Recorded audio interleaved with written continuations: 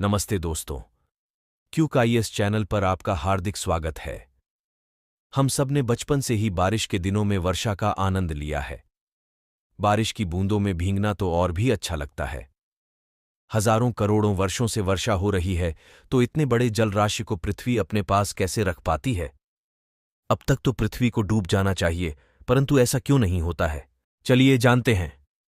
जलचक्र क्या है?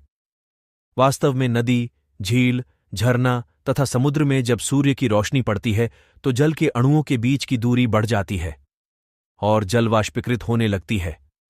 हवाओं के साथ जलवाष्प ऊपर की ओर जाने लगती है। वायुमंडल में जो जल के कण उपस्थित होते हैं वह भी वाष्पीकृत होकर ऊपर की ओर जाने लगती है।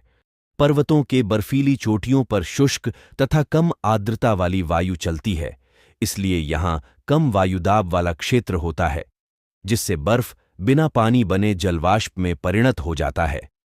इसे ऊर्ध्वपातन या सब्लिमेशन कहते हैं।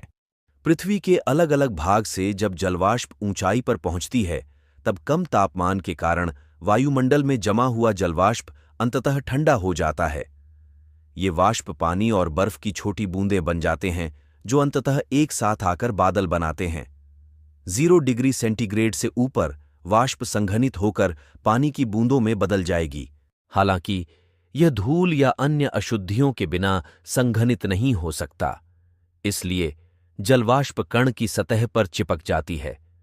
जब पर्याप्त बूंदें विलीन हो जाती हैं, तो यह बादलों से निकलकर नीचे जमीन पर गिरती हैं। इस प्रक्रिया को अवक्षेपण या वर्षा कहा जाता है।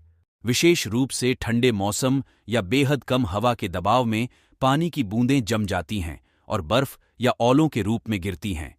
यह जलचक्र हमेशा ऐसे ही चलते रहता है। जलचक्र के प्रभाव। जलचक्र का जलवायु पर जबरदस्त प्रभाव पड़ता है। उदाहरण के लिए, ग्रीनहाउस प्रभाव के कारण तापमान में वृद्धि होगी। जलचक्र के वाष्पीकरणीय शीतलन प्रभाव के बिना पृथ्वी पर तापमान में भारी वृद्धि होगी। जलचक्र अन्य जैव भू रासायनिक चक्रों का भी एक अभिन्न अंग है। जलचक्र पृथ्वी पर सभी जीवन प्रक्रियाओं को प्रभावित करता है। जलचक्र को स्वच्छ वायु के रूप में भी जाना जाता है।